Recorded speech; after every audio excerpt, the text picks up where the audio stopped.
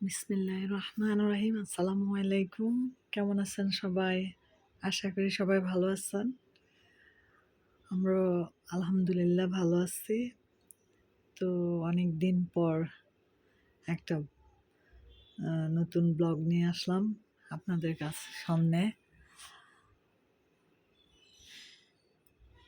ইদানিং শরীরটা বেশি ভালো যায় না, যার কারণে নতুন করে ব্লগ করা হয় না। তো এখন একটু কয়েকদিন থেকে আলহামদুলিল্লাহ ভালো আছি। তো ভাবলাম একটু ভিডিও করে। তো এই তো কালকে রাতে ছেলের জন্য, ছোট ছেলে খুব পছন্দ করে, ওর জন্য একটু পুডিং বানালাম। তো পুডিং বানিয়ে ফ্রিজে রেখে দিয়েছিলাম। এখন আজকে সকালে ছেলেকে বলতেছি পুডিং খাবে কিনা, তো সে বলতেছে নাস্তা হিসাবে সে এখন পুডিং খেতে চায়। তো এই তো পুডিংটা বের করে নিলাম ফ্রিজ থেকে, নিয়ে ছেলের জন্য কেটে ওকে দেব নাস্তা হিসাবে। আসলে ওরা তেমন একটা খাওয়া দাওয়া করে না, টুকটাক খায়। তো ওরা যেটা পছন্দ করে ওটি বানিয়ে দেই, এই আর কি। পুডিংটা সেদিন আমি খাইছিলাম, অনেক মজাই হয়েছিল। যদিও আমি খুব একটা পুডিং বানাইনি আগে কখনো। এই তো আরও একবার মনে হয় বানিয়েছিলাম, আর এবার 2-3 বার বানাইছি। তো সেই হিসাবে মোটামুটি ভালোই হয়েছে। নিজের প্রশংসাই নিজে করতেছি। না, ভালোই হয়েছে। তো এতে এখন কাটতেছি পিস পিস করে, ছেলেকে দিব, বাকিটা ফ্রিজে রেখে দেব। আবার ও যখন খেতে চায় তখন খাবে। তো ছোট ছেলে পুডিং পছন্দ করে, বড় ছেলে দই পছন্দ করে। তো একজনের জন্য সেদিন দই বানিয়েছিলাম, আর একজনের জন্য পুডিং বানিয়েছিলাম। তো বড় ছেলে খায় নাই তখন, এই জন্য আর আপনাদেরকে দেখানো হয় নাই দইটা। আর পুডিং ছোট ছেলে খাবে দেখে যে বের করলাম ওকে দেওয়ার জন্য। দইটাও ভালোই হয়েছে মোটামুটি, মানে নতুন হিসাবে মোটামুটি ভালোই হয়েছে। ছেলে তো বলে আম্মু ভালো হয়েছে, আমিও খেয়ে দেখছি ভালোই হয়েছে। কিন্তু প্রথম যেদিন দই বানাইছি, মানে আমার প্রথম অভিজ্ঞতার থেকে বলতেছি, এত বাজে হয়েছে, এত বাজে হয়েছে। আমি নিজে খেয়ে থুতু করে ফেলে দিচ্ছি, এই অবস্থা। তো এতে ছেলেকে পুডিং দিয়ে আসলাম, দিয়ে এসে কালকে অনেকগুলা কাপড় ধুইছিলাম। এখন তো বুয়া নেই, বুয়া ঈদ গেছে, ওনারা দেশে গেছে বেড়াতে। তো কি আর করা, কাপড় তো জমে, গোসল যেহেতু করা হয়। যে পচা গরম। তো আমি ধুইলাম ছেলেদের কাপড়, আমার কাপড় ধুয়ে এখন শুকানোর পরে যে নিয়ে আসছি, গুছাইতেছি, গুছিয়ে রাখবো। আসলে আমার কাপড় ধুইতে অত আলসেমি লাগে না, যতটা আলসেমি লাগে গুছাইতে, ভাঁজ করতে। তো এই তো কাপড় ভাঁজ টাজ করে সব জায়গায় জায়গায় রেখে এখন রান্নাঘরে আসলাম। কয়েকটা প্লেট বাকি ছিল ধোয়ার, সেগুলো ধুয়ে রান্নাঘরটা পরিষ্কার করে রান্নার জন্য প্রস্তুতি নিতেছি। প্রতিদিন রাতে প্লেট বাটি ধুয়ে ফেলি ভালো লাগলে, যেদিন ভালো লাগে না সেদিন আর ধোয়া হয় না, সেদিন সকালে ধুই। তো আজকেও শরীরটা খুব একটা ভালো লাগতেছিল না, যার কারণে তো সকালে ধুইতেছি।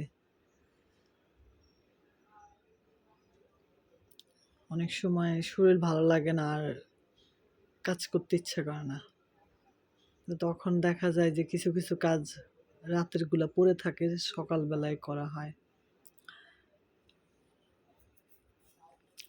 তো টুকটাক প্লেট বাটিগুলো ধুয়ে চুলার পাশটা পরিষ্কার করে আস্তে আস্তে রান্না বান্নার দিকে যাব।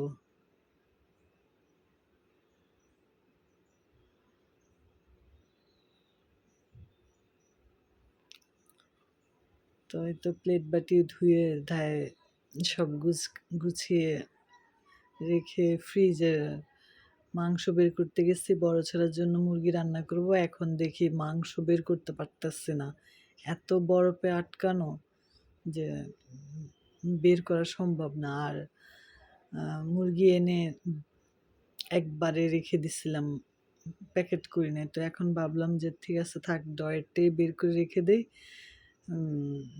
মাংস নরম হয়ে গেলে ভাগ করে প্যাকেট করে রেখে দেবো। এই তো আদা রসুন বের করলাম।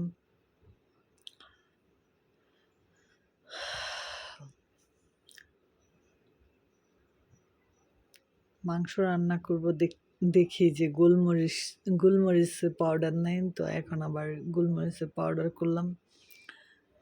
গোলমরিচ পাউডার করে এখন বয়ামে ভরে রেখে দেব।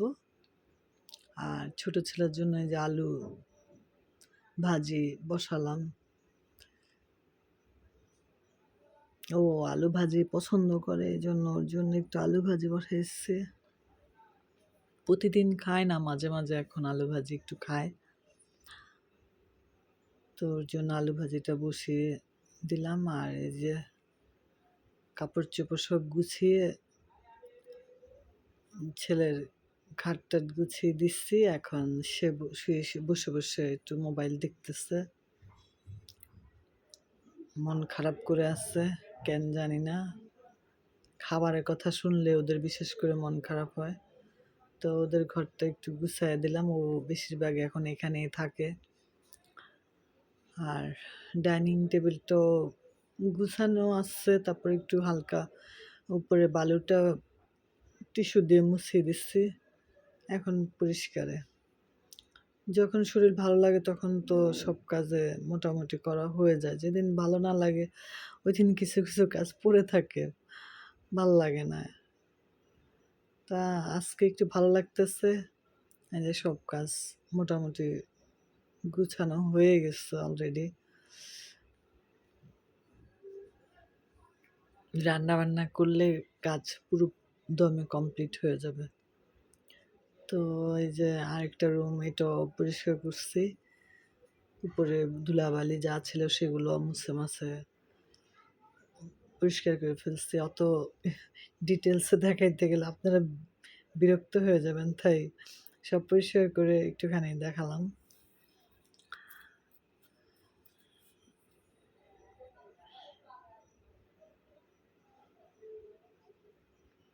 এখানে তো ভিডিওতে একটুখানি 5-10 মিনিট লাগে দেখতে, কিন্তু এগুলা যখন পরিষ্কার করতে যায় তখন দেখা যায় যে ঘন্টার পর ঘন্টা চলে যায়। তা এত কিছু যদি একদম ডিটেলসে দেখাইতে যায় তাহলে আপনাদের রাত দিন সব শেষ হয়ে যাবে, কিন্তু দেখা শেষ হবে না। তো এই ঘরটা পরিষ্কার করে বালি টালি মুছে মাছে ঘর মুছে পরিষ্কার করে ফেলছি। বুয়াদের এখনো মাশাল্লাহ ঈদ যায় নাই ওদের, আমাদের কোনো ঈদ নেই, ওনাদের এখনো ঈদ রয়ে গেছে। ওনারা এখনো বেড়াইতেছে মনে শখ মিটিয়ে। আমাদের কোনো শখ নাই জীবনে, যত শখ যত